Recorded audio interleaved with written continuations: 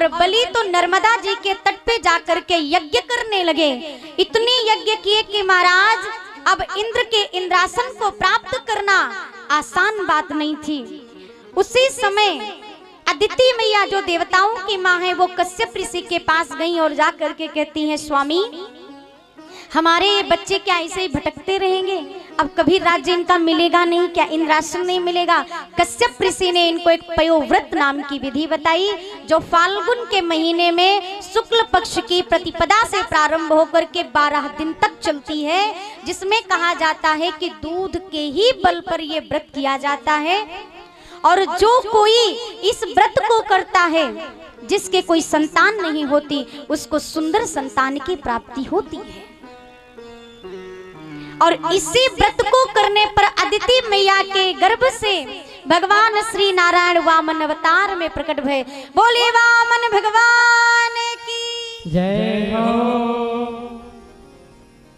भगवान वामन अवतार में प्रकट भय, सुंदर बलि के द्वार पर गए, त्रिवचन लिया और उसमें 3 पग भूमि मांगी। जब पहला पग धरा पूरी भूमि को नाप लिया, दूसरा पग जैसे ही बढ़ाया ब्रह्मलोक में भगवान के दाहिने पैर के नाखून से छेद हो गया, जिसमें से श्री गंगा जी का प्राकट्य हो गया। बोले गंगा मैया की जय हो। माँ भगवती गंगा का प्राकट्य हुआ, इसलिए कहते ना चरणों से निकली गंगा प्यारी, जिसने सारी दुनिया तारी। चरणों से निकली गंगा प्यारी, भगवान के नख से गंगा जी का प्रादुर्भाव हुआ और यही गंगा जी को ब्रह्मा जी ने कमंडल में धारण कर लिया। भगवान वामन अवतार में कहते हैं, बलि तीसरा पग कहां धरूं?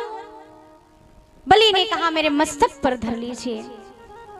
आज भगवान प्रसन्न हो गए, मांगो बलि तुम्हें क्या चाहिए? बोले सब तो ले लिया, अब क्या हम मांगे? फिर भी भगवान ने प्रसन्न होकर के राजा बलि को सुतल लोक का राजा बना दिया, सुतल लोक का राजा बनाया। और कहते हैं प्रभु देना चाह रहे थे ना, तो हम आपसे अब एक वरदान मांगते हैं। क्या?